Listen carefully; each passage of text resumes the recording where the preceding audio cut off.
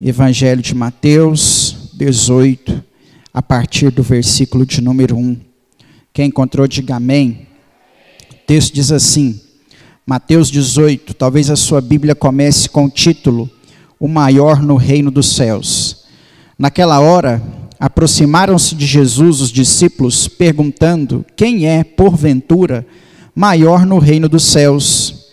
E Jesus, chamando uma criança, colocou no meio deles e disse, em verdade vos digo que se não vos converterdes e não vos tornardes como uma criança, de modo algum entrareis no reino do céu. Portanto, aquele que se humilhar como esta criança, esse é o maior no reino dos céus. E quem receber uma criança tal como esta, em meu nome, a mim recebe. Qualquer, porém, que fizer tropeçar um desses pequeninos que crê em mim, melhor lhe fora que se pendurasse o pescoço uma grande pedra de moinho e fosse afogado nas profundezas do mar. Ai do mundo por causa dos escândalos, porque é inviável que venha escândalos, mas ai do homem pelo qual vem um escândalo. Portanto, se a tua mão e o teu pé te faz tropeçar, corta-o, lança-o fora de ti. Melhor é entrares na vida manco ou aleijado, do que tendo as duas mãos e os dois pés e ser lançado no fogo eterno. Se um dos teus olhos te faz tropeçar, arranca-o fora de ti. É melhor entrares na vida com um dos teus olhos, do que tendo os dois e seres lançado no inferno de fogo. Vede, não desprezei qualquer desses pequeninos, porque eu vos afirmo que aos seus anjos no céu veem incessantemente a face de meu Pai Celeste. Porque o Filho do Homem veio salvar o que estava perdido. O que vos parece? Se um homem tiver 100 ovelhas e uma delas se extraviar, não deixará ele nos montes as 99, indo procurar a que se extraviou? E se porventura a encontrar, em verdade vos digo que maior prazer sentirá por causa desta, do que pelas 99 que não se extraviaram. Assim, pois, não é da vontade do vosso Pai Celeste que pereça um só daqueles pequeninos. Se o teu irmão pecar contra ti, vai arguí-lo entre ele e ti só. Se ele te ouvir, ganhaste o irmão. Se, porém, não ouvir, toma ainda consigo 2 ou 3 pessoas, para que pelo depoimento de 2 ou 3 testemunhas, toda a palavra se estabeleça. E, se ele não atender, dize-o à igreja. E se recusar ouvir também a igreja, considera-o como gentio e publicano. Em verdade vos digo que tudo o que ligardes na terra terá sido ligado no céu, e tudo o que desligardes na terra terá sido desligado também do céu. Em verdade também vos digo que, se 2 dentre vós sobre a terra concordarem a respeito de qualquer coisa que porventura pedirem, ser-lhe-á concedido por meu Pai que está no céu. Porque onde estiverem 2 ou 3 reunidos em meu nome, ali eu estou no meio deles. Então Pedro, aproximando-se, perguntou-lhe, Senhor, quantas vezes tenho que perdoar o meu irmão quando ele pecar contra mim? Até 7 vezes? E respondeu-lhe Jesus, não te digo que até 7 vezes, mas 70 vezes 7. Pois o reino dos céus é semelhante a um rei que resolve ajustar contas com seu servo. E passando a fazê-lo, trouxeram-lhe um que lhe devia 1000 talentos. Não tendo ele, porém, com o que pagar, ordenou ao Senhor que fosse vendido ele, a mulher, os filhos e tudo quanto possuía, para que a dívida fosse paga. Então o servo, prostrando-se, reverente, rogou-lhe, sê paciente comigo e tudo te pagarei. O senhor daquele servo, compadecendo-se, mandou-lhe embora e perdoou-lhe a dívida. Saindo, porém, aquele servo, encontrou um de seus conservos, que lhe devia 100 denários, e agarrando-o, o sufocava, dizendo, paga-me o que deves. Então o seu conservo, caindo aos pés, implorava, sê paciente comigo e tudo te pagarei. Ele, entretanto, não quis, antes, indo, os lançou à prisão, até que saldasse toda a dívida. Vendo os seus companheiros o que havia passado, entristeceram-se muito e foram relatar ao seu senhor tudo o que acontecera. Então o seu senhor, chamando-lhe, disse, servo malvado, perdoei-lhe aquela dívida toda porque me suplicastes. Não devia tu igualmente compadecer-te do teu conservo, como também eu me compadeci de ti? E indignando-se o Senhor, entregou aos verdugos, até que ele pagasse toda a dívida. Assim também o meu Pai Celeste vos fará, se do íntimo não perdoardes cada um dos teus irmãos. Pai, esta é a tua palavra que foi lida e será ministrada aos nossos corações nessa noite de quinta-feira. E a minha oração, Deus, é para que através desta mensagem, através desta palavra, o teu Espírito Santo possa falar conosco aqui neste lugar, Pai. Nós sabemos que o que foi lido aqui é o bem mais precioso que a igreja tem nessa terra. É a tua palavra, Pai. E que esta palavra alcance o nosso coração. Que ela seja como um doce som da sua voz aos nossos ouvidos aqui neste lugar. Nós viemos aqui pelo Senhor, para o Senhor. Estamos aqui com o Senhor. E a nossa expectativa é que seja o Senhor a falar aos nossos corações através desta mensagem. Em nome de Jesus. Amém. Amém. Pode se assentar, meu irmão. Hoje eu quero compartilhar um pouco com os irmãos sobre o reino dos céus. O reino dos céus, aliás, é algo muito pouco falado entre nós nesses últimos tempos. Vivemos o que João chamou de a última hora da igreja na face da terra, né? Se João disse lá naquele período, lá em 1 João, por volta do ano 90 depois do nascimento de Jesus, que aquela era a última hora, que a igreja vivia a última hora, imagine nós vivemos o último segundo, talvez, né? Ou certamente, vivemos aí o último segundo dessa hora iniciada por João. E a igreja próxima à vinda do Senhor, ela entende muito pouco a respeito do reino dos céus. O reino dos céus é a mensagem a qual nós surgimos. É a mensagem que João Batista começou pregando para que o caminho fosse preparado para o Cristo, para o Messias. Quando João Batista começou a pregar no deserto, o tema da mensagem de João Batista era: arrependei-vos, porque é chegado o reino dos céus. E é interessante porque o assunto é amplo, né? O assunto é vasto. Eu não vou conseguir falar 0,0000001% do que é o reino de Deus aqui em 40, 50 minutos, que é o tempo que nós temos. Então eu te aconselho a ler sobre o assunto na sua casa, a remoer o assunto, porque quando se João pregava que o reino era próximo, e quando João falava do reino, nós entendemos que a chegada de Jesus já representava o início desse reino. Nós entendemos que quando os discípulos descobrem que Jesus é o Messias, eles começam a seguir a Jesus por causa deste reino, querendo que o reino de Deus fosse implementado e implantado na terra. E quando Jesus começa a pregar o evangelho, qual é a mensagem de Jesus? É a mesma de João Batista. Só que João Batista falava que o reino estava chegando. E Jesus, quando fala sobre o reino, ele diz: é chegado o reino dos céus, ou é chegado o reino de Deus. As pessoas que começaram a se converter ao evangelho, as pessoas que começaram a caminhar junto primeiro com João Batista e depois junto com Cristo, elas caminhavam com o Senhor por causa de uma única promessa a qual eles aguardavam: o reino dos céus. Eu digo que a igreja do tempo atual sabe muito pouco sobre o reino dos céus, porque são tantas coisas nos nossos dias que nos trazem para dentro de uma igreja, e talvez a última coisa que nos traz para dentro de uma igreja, por causa do tempo em que nós vivemos, seja de fato o reino dos céus. Nós temos por aí igrejas oferecendo portas abertas, milagres, curas, profecias, revelações. Nós temos igrejas que oferecem eventos, temos igrejas que oferecem shows, espetáculos, e temos pouquíssimas igrejas que falam a respeito do reino dos céus.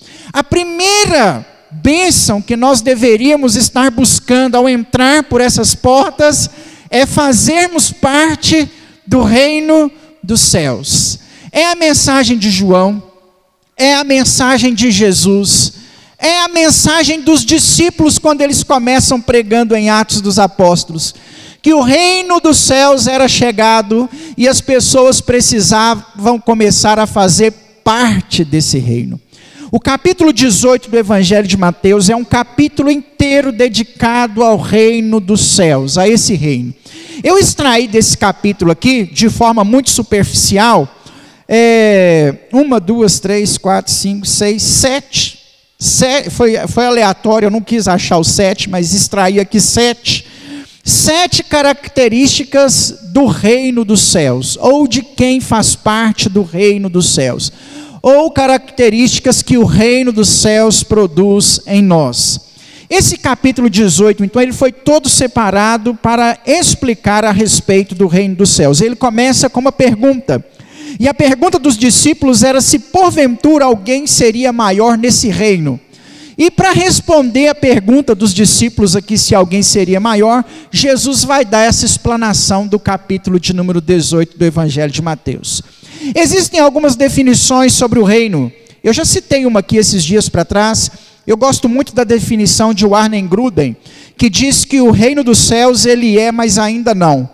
Para mim é o que explica melhor, que o reino dos céus, na verdade, ele começou a ser implantado, ele foi pregado por João, e ele começou a ser implantado por Jesus. E o reino dos céus está em fase de implantação, certo? E essa fase de implantação, ela vai terminar com a segunda vinda de Cristo. E aí nós viveremos para sempre num reino e num governo que será plenamente dele. Por isso que para mim a frase de Gruden é que exemplifica melhor. Porque esse reino ele já é.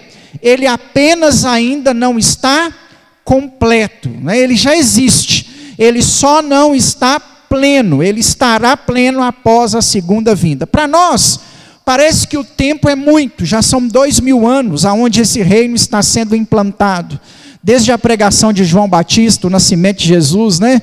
Quase 2000 anos de que esse reino está sendo implantado. Para nós é muito tempo, mas aos olhos de Deus não é muito tempo. O Senhor está, ao longo desses 2000 anos de história, convocando as pessoas, chamando as pessoas, eu não gosto de usar essa palavra nesse aspecto, mas vou usar, elegendo as pessoas que farão parte desse reino, que a Bíblia chama de reino eterno, ou de reino milenar, em Apocalipse como figura de linguagem, que por 1000 anos será mesmo um reino político, mas eternamente será um reino espiritual, a qual aqueles que estão se convertendo ao Senhor Jesus, passam a fazer parte desse reino, e ao longo desses 2000 anos, Ele está nos dando a oportunidade de adentrar as portas desse reino. Para fazermos parte desse reino, há uma condição primordial. Há outras condições, mas existe uma que é primeira. A de João capítulo 1, versículo 12, né? Porque a todos o quanto receberam, deu-lhes o direito de se tornarem filhos de Deus. É o versículo talvez mais lido na classe de pré-batismo, né? Porque quando nós recebemos o Senhor, nós nos tornamos filhos. É a condição primordial, é a primeira condição para que se possa fazer parte desse reino provisório, incompleto, não pleno, e pleno, completo e eterno futuramente. A condição básica é receber o Senhor. Você faz parte desse reino não se tornando membro de uma igreja. Você faz parte desse reino não frequentando um determinado lugar específico. Não são essas, embora isso vai ser uma consequência, não são essas as características que te fazem parte de um reino. Quando um dito grupo religioso entende que só faz parte desse reino quem está vinculado ao grupo, isso cheira a seita, né? Se eu começar a pregar para você aqui, ó, a igreja Atos é a melhor, você tem que ficar aqui, porque se você sair daqui, você vai para o inferno. Não tem salvação para você se você for. Virou seita, cheira a seita. Porque não é ser parte de um grupo religioso que vai fazer você alcançar o reino pleno dos céus. O que vai fazer é a condição primordial de ter o Senhor. A igreja, ela é uma consequência. Há uma definição na cartinha de Pedro, muito interessante sobre igreja, e Pedro chama a igreja de multiforma, né? A igreja e a sua multiforma. É o versículo que explica. Você tem um irmão tradicional, um irmão pentecostal, um irmão neopentecostal. Você tem um irmão com coração mais aquecido, um irmão com coração mais frio. É o que explica você ter um irmão que gosta de rodar, o que gosta de chorar, o que gosta de orar em silêncio, o que gosta de gritar, o que fala em língua, o que não fala em língua. A igreja é a sua multiforma. Ela existe em um multiverso, né? Ela existe de múltiplas maneiras. É o que explica sermos denominacionais. É o que explica a quantidade de denominação. Não dá para ser todo mundo igual. O dia que foi todo mundo igual, não deu certo, que foi o catolicismo romano, né? Era todo mundo igual, não deu certo, não dava para caminhar todo mundo igual. As pessoas começaram a não viver a sua experiência com Deus, e aquilo se tornou tradição, aquilo se tornou religião, e a experiência com Deus ficou de lado. E a igreja entrou na era das trevas, né? Então, cheira a seita, quando nós falamos assim que só um determinado grupo religioso vai para o céu. Testemunhas de Jeová dizem isso, né? Algumas linhas mais ultra tradicionais de, por exemplo, Igreja Maranata, algum cristão do Brasil ou outro, gostam desse exemplo assim, só quem faz parte dessa igreja vai para o céu, né? Só quem faz parte desse grupo vai para os céu. Os mormons, né? A igreja dos santos dos últimos dias. Então, a condição primordial da igreja, a condição primordial para se fazer parte do reino dos céus é a de ter o Senhor. Terá outras condições, tá? Essa não é a única condição para que você faça parte do reino dos céus. Há outras condições, não é o nosso tema aqui, mas há outras condições. Como, por exemplo, santidade, né? Luta contra o pecado, louvor, servir a Deus. Tudo isso aí são condicionais. A primordial é ter Jesus. Quando nós pegamos a pregação tanto de João Batista, quanto a pregação do próprio Senhor Jesus, e posteriormente a pregação dos apóstolos, nós entendemos que, quando começamos a servir ao Senhor, entregamos a nossa vida para Jesus, nós já fazemos parte desse reino.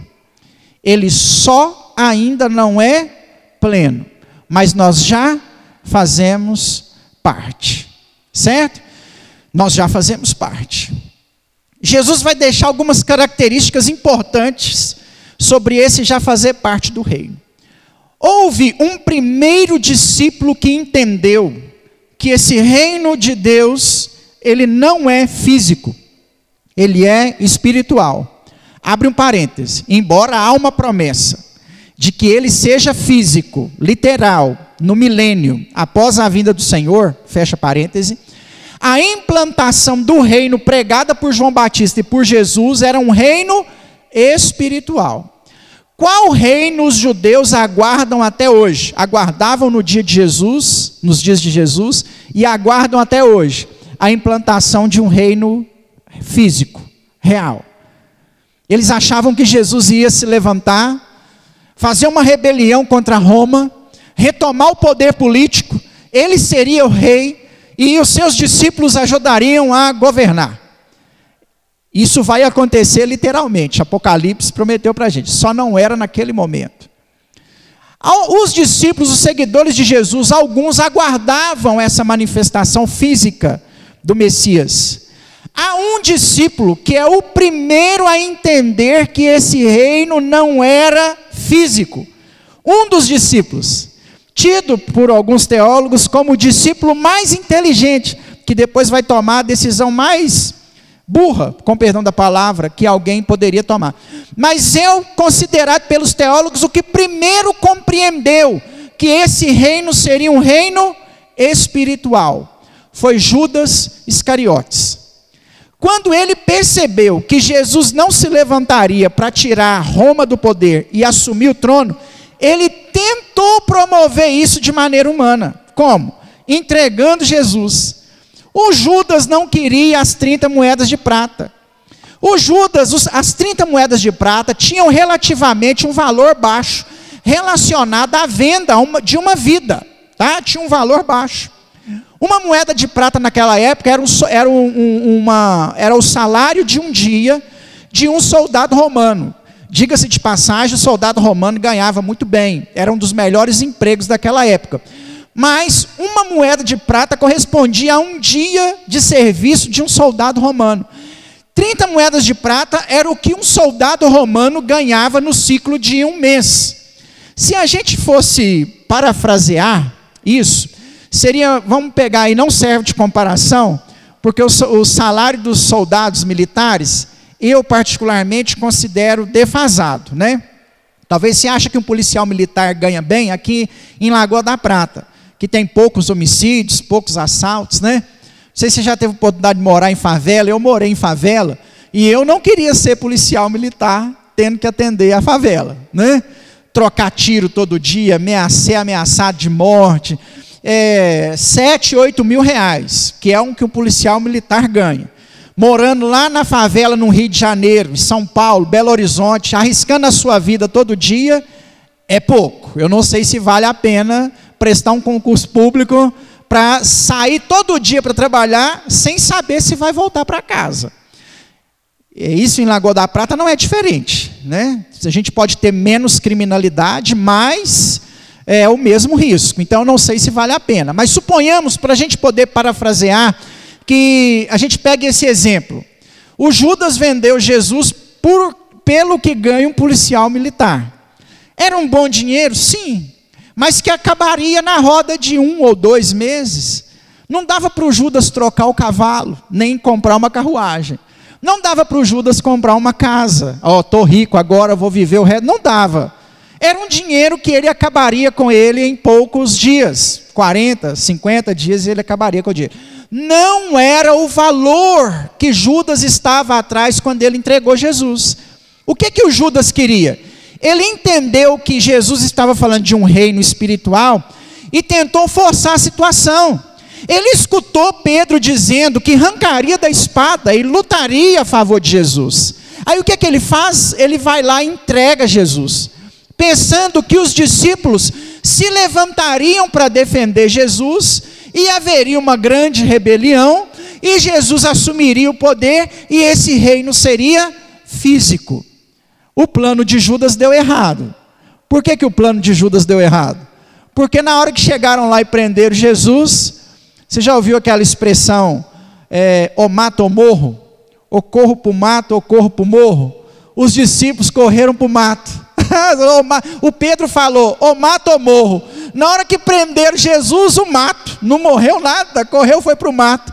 Todo mundo escorregou no meio daquele monte das oliveiras lá do Getsêmani.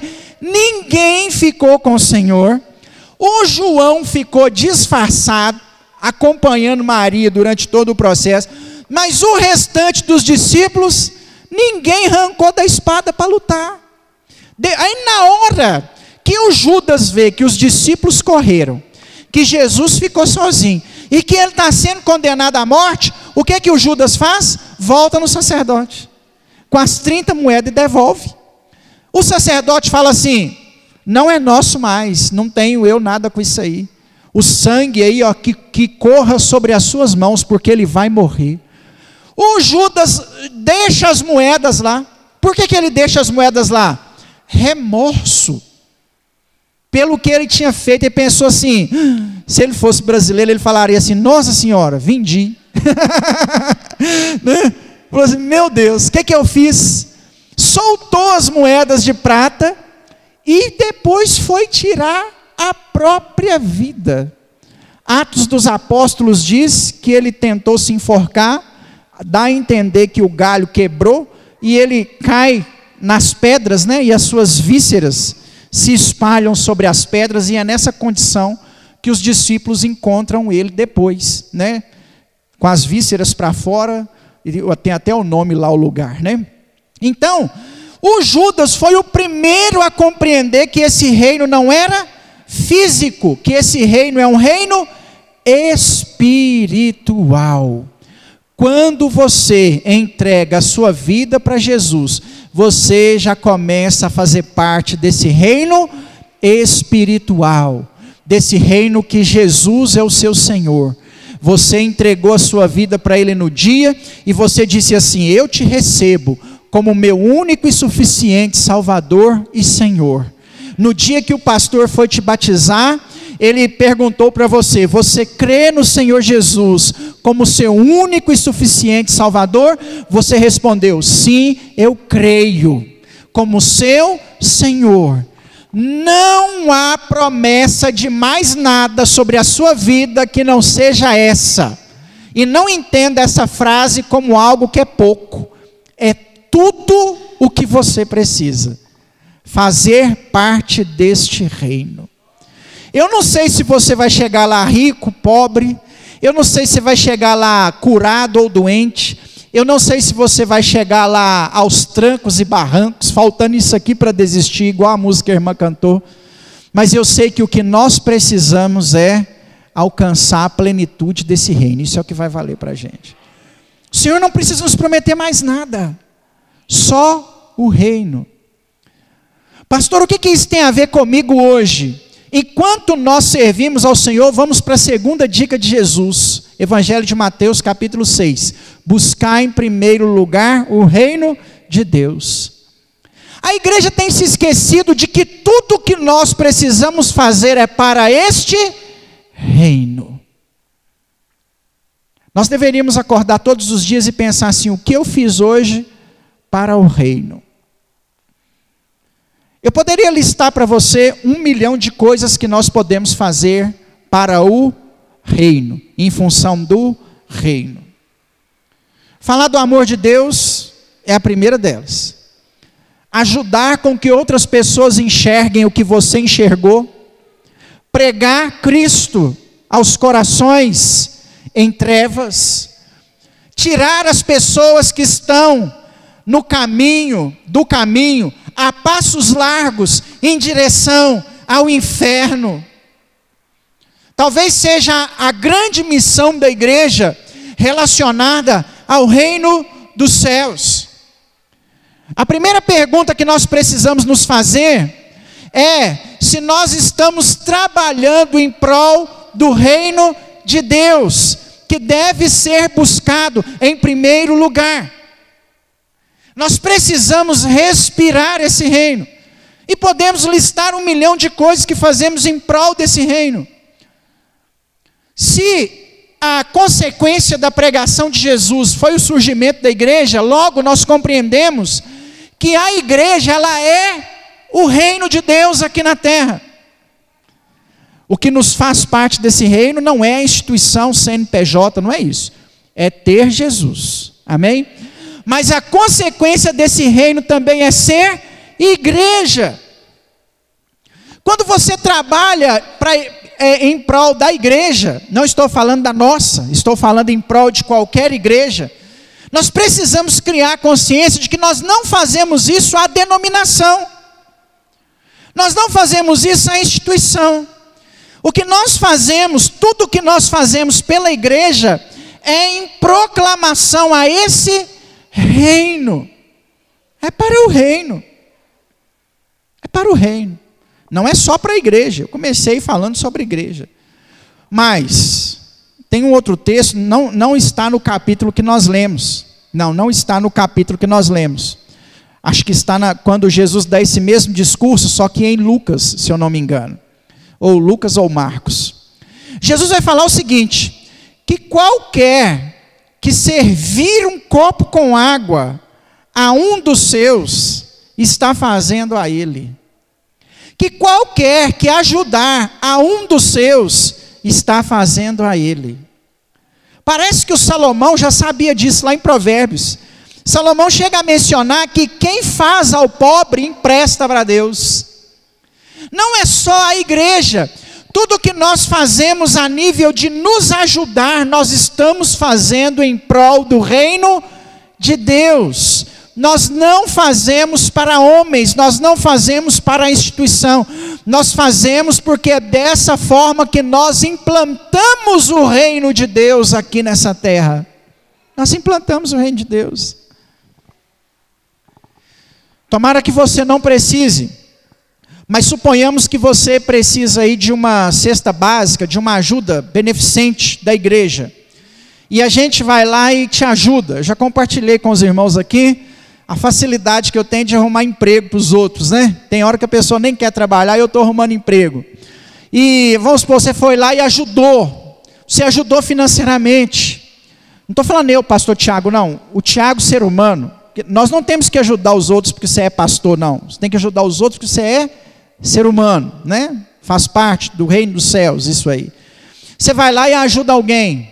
Você não fez isso, nem foi por esse alguém. Foi em favor do reino. Foi para a implantação do reino. Se nós criarmos no coração de que nós estamos fazendo isso para alguém, nós vamos decepcionar. Eu ajudei fulano de tal e ele me virou as costas. Quando nós falamos de buscar em primeiro lugar o reino, de implantar o reino, nós precisamos entender que estamos fazendo algo em prol do reino de Deus. Reino de Deus. Eu tenho isso muito forte assim no meu coração. E eu sonho muito, porque em Lagoa da Prata a igreja é muito dividida. Cada igreja se considera detentora de uma única verdade. E muitas vezes gera uma concorrência desnecessária. Graças a Deus, assim, eu tenho conseguido caminhar com amizade com muitos pastores aqui da cidade. E há uns 3 meses atrás surgiu, né, no coração meu e de um pastor amigo, o Valdson, de começarmos a fazer um café com pastores, né? Eu tenho para mim que o resultado que nós estamos tendo é superior ao esperado, né? Graças a Deus estamos sendo surpreendidos, nossas expectativas aumentaram. Nós achamos que iríamos tomar um café entre 3 e 4 pessoas, né? E se eu não me engano, na última reunião nós tínhamos mais de 10 pastores, né? Alguns dias atrás, lá no Pastor Jadir. Então, assim, nossas expectativas estão superadas, graças a Deus, né? E eu entendo, eu tenho isso muito no meu coração, assim, como que a gente poderia pensar mais em reino, não em igreja? Não em igreja, pensar em reino. Se eu fosse pensar em igreja, eu não iria nessa reunião. Mas eu vou na reunião porque eu penso em reino. Reino. O que precisa estar no nosso coração não é a placa denominacional, é o reino que nós fazemos parte dele. Esse reino, ele possui aí 7 características, que eu não vou alongar muito aí dentro de cada uma delas não, mas são 7 características que nós extraímos aí desse capítulo de número 18. Nesse reino não tem maior nem menor. Quando alguém perguntou para Jesus quem seria maior nesse reino, ele não disse que um era maior ou outro era menor. Ele falou que todo mundo precisava ser igual. Ele fala assim, olha, no reino tem que ser semelhante à criança. E quem não for semelhante à criança, está fora. Você entendeu que Jesus não colocou nem maior nem menor? E essa não é a única, nem a última e nem a primeira vez que os discípulos querem saber se nesse reino tem privilegiados. A mãe de 2 deles um dia chega para Jesus e fala, permita meus filhos. Essa mãe deveria ser muito feliz, né? Jesus tem 12 discípulos, escolhidos em toda a Judéia, homens de diferentes classes, homens de diferentes famílias, de diferentes lugares, de diferentes tribos. Você tem iscariotes, você tem zelotes, você tem pescadores, você tem diversos tipos de pessoas. E nós temos 2 irmãos. A mãe devia ter ficado com o coração desse. Eu entendo a pergunta da mãe, da esposa do Zebedeu, eu entendo. Ela deve ficar orgulhosa demais. De tantos discípulos, de tantas regiões, da minha casa saiu 2. Ela vira e fala assim, Senhor, permita os meus filhos, um à direita e um à esquerda. Não é a primeira, não é a última, não é a única vez que alguém quer colocar lugares no reino dos céus. Só que Jesus deixa muito claro que no reino dos céus não há diferentes. Não há negros, brancos, pardos, ricos, pobres, classe média, classe A, classe B. No reino só há reino. Só há iguais. Não há maior nem menor. Você serve a Deus, ninguém é maior, ninguém é menor. E se você for seguir o conselho bíblico de Paulo aos Filipenses, capítulo 2, versículo 3, você vai sempre considerar o seu irmão superior a você. É o conselho de Paulo sobre humildade. Reconhecei-vos sempre como superior a vós mesmos. Está lá em Filipenses 2, 3 e 4. Não há maior, não há melhor, no reino só há iguais, não há ninguém maior, não há ninguém de destaque. Nesse reino o acesso é o mesmo. Eu oro e Deus responde, você ora, o mesmo Deus vai responder na mesma intensidade. Eu busco a Deus e encontro, você busca a Deus e encontra.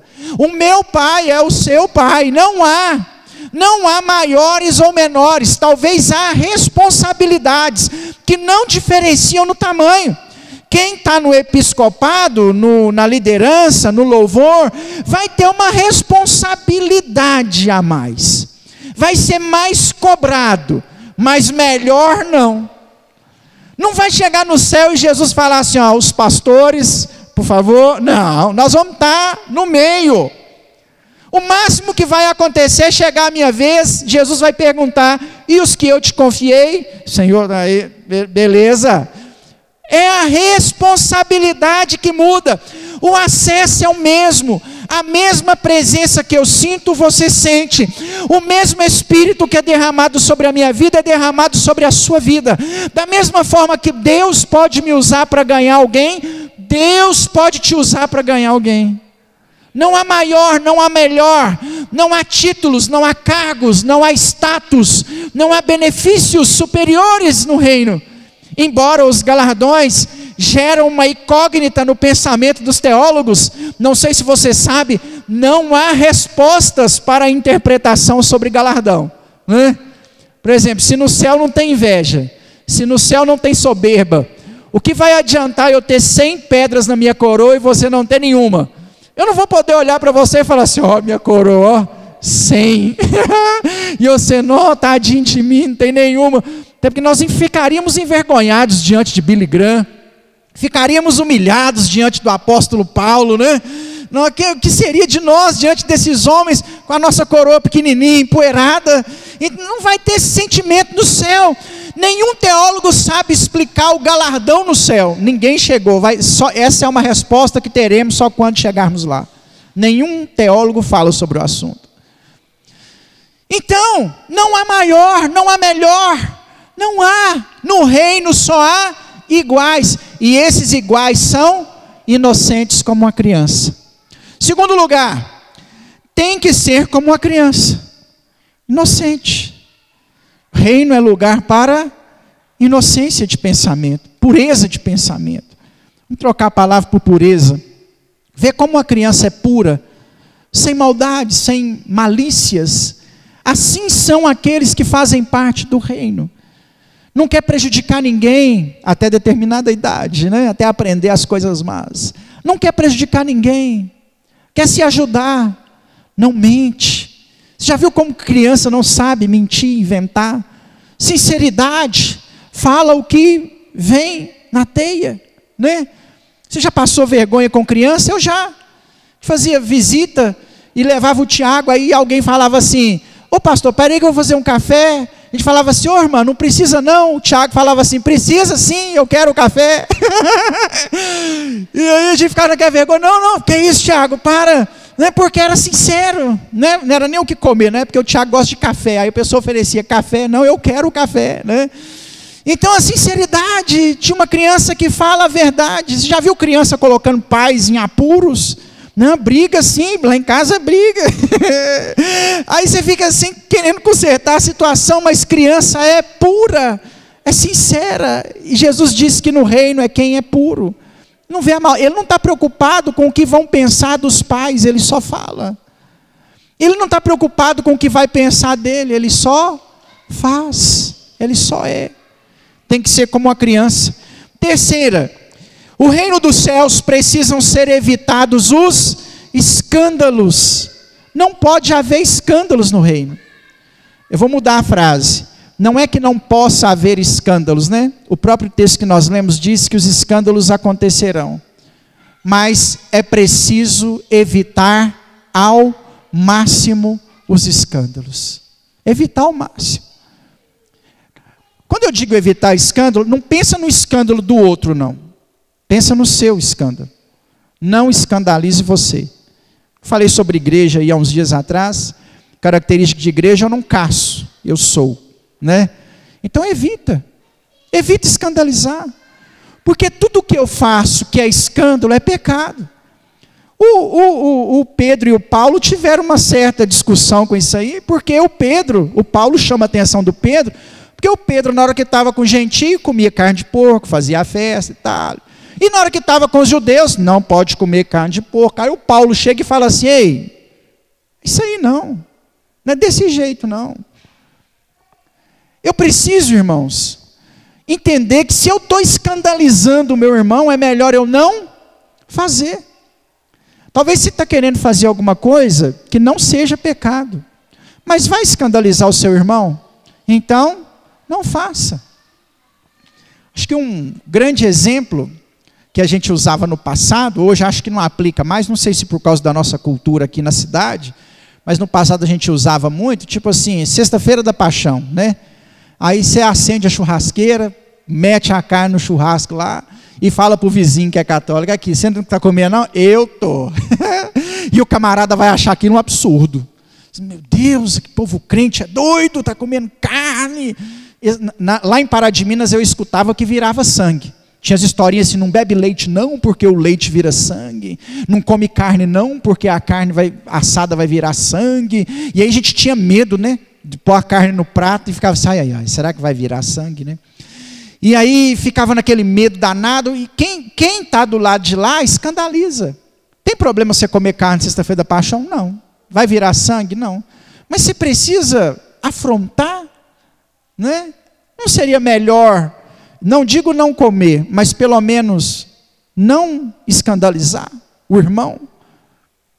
Em Atos 15, um dos questionamentos da igreja era sobre carne de porco. E a conclusão dada por Tiago no capítulo 15 era de que o seguinte: olha, se tiver judeu perto, não come a carne de porco. Vocês estão entre judeus? Não come a carne de porco. Está entre os gentios? Come a carne de porco. Está entre os judeus? Não come a carne de porco. Seria mais ou menos isso. Evita o escândalo. Sabia que nós somos uma igreja que não se preocupa mais com o testemunho? Nós estamos vivendo a vida como que se ninguém estivesse nos observando. Mas eu estou aqui para te lembrar nessa noite: se você se professa cristão, eles estão te observando. Romanos 12, somos rodeados por uma grande nuvem de testemunhas que estão nos observando a todo tempo. Não escandaliza. Não escandaliza. Cuidado do seu trabalho, sua faculdade, sua escola, seus familiares, sua roda de amigos. Cuidado. Porque o texto que nós lemos diz: ai daqueles que vierem os escândalos. Quarta característica: sem desprezo. Não se apegue a nada. O reino, quem está no reino dos céus está apegado única e exclusivamente ao reino. Tem o reino como objetivo. Quinta característica: auxílio ao perdido. Se nós fazemos parte desse reino, nós ajudamos aqueles que não fazem parte. Sexta característica do capítulo 18: disciplina. Se fazemos parte do reino dos céus, esse reino precisa ter disciplina. Teu irmão pecou? Vai ter com ele. Consertou não? Chama 2 testemunhas. Consertou não? Leva à igreja. Consertou não? Exclui. Fala que ele não é cristão. Não aceita no meio de vocês. Não existe reino dos céus sem disciplina. Diz que são características importantes que uma igreja precisa ter, né? Jesus como centro, a palavra de Deus como base e disciplina. É o que você precisa achar numa igreja. Não, o irmão pecou, nós só põe um pano quente em cima e esquece. está errado. O irmão tem que ser disciplinado. Né? Antigamente a gente proibia a ceia, né? O diácono ia servir a ceia, aí o Silvio estava em disciplina, o diácono pulava o Silvio. O Silvio fazia assim, pegar o copinho, o diácono virava as coisas. Não, só sua esposa. Eu não sei se a gente precisa chegar a tanto, mas igreja precisa ter disciplina contra o pecado, porque se nós não disciplinarmos o pecado, como que nós vamos agradar o coração de Deus, visto que nós erraremos? Por isso que eu tenho dificuldade com profecias nos nossos dias, com as profecias dos nossos dias, não com a profecia. Porque todas as profecias que nós escutamos por aí, nenhuma delas é mandando consertar o pecado. Às vezes a pessoa está no adultério, aí o profeta vem e fala, você vai receber um pix. A pessoa precisava escutar assim, larga esse adultério, mas ela escuta assim, você vai receber a porta aberta, tem um milagre, você é especial para Deus, e a pessoa no pecado. Igreja precisa de disciplina, o reino tem disciplina. Sétima característica, perdão. Aliás, a maior parte da quantidade de versículos mencionados no capítulo 18 é sobre perdão. O reino é um reino que perdoa, que libera perdão. Pedro chega a questionar a quantidade de perdão a serem liberadas durante o dia. E Jesus não faz um cálculo matemático. A conta ali, ela é simbólica, né? Os 70 vezes 7 ao dia era um número assim, muito mais do que a quantidade que precisar, você tem que perdoar. Não é nem o 490 ao dia, não. É a quantidade de vezes que precisar perdoar, você precisa liberar perdão. Nós precisamos fazer parte de um reino que perdoa, porque somos beneficiados pelo perdão. Aí conta a história do Senhor, né? Que foi perdoado e não perdoou seu conservo. Assim somos nós. Você era totalmente, a expressão teológica é depravado. E Jesus veio e te justificou, e te remiu, te redimiu, te lavou, te trouxe para a presença dEle. Te perdoou coisas que aos homens eram imperdoáveis. Foi isso que Jesus fez. Vem alguém, pisa no seu calo, você não perdoa. Vem alguém fala mal de você, você não perdoa. Mas Deus perdoou a sua depravação. Assim como nosso Pai nos perdoou uma dívida muito maior, nós devemos perdoar também os nossos irmãos. São características do reino. Nós, igreja, já somos a manifestação do reino de Deus aqui nessa terra. Isso significa que essas características precisam estar presentes em nós. E isso significa que nós já desfrutamos daquilo que Deus tem para cada um de nós. Você já parou para pensar que a sua vida está no total controle do Senhor? Você já parou para pensar que é Jesus quem te governa? Que é Jesus quem te sustenta? Que você faz parte do reino dele? Que ele não te vê mais como uma criação, que ele te vê agora como filho, porque você faz parte desse reino. Então, meu irmão, busque esse reino, viva por esse reino, corra atrás desse reino, espere por esse reino, porque é a maior, melhor e primeira bênção que Deus tem para cada um de nós, fazer parte desse reino, em nome de Jesus, amém? Você pode aplaudir ao Senhor?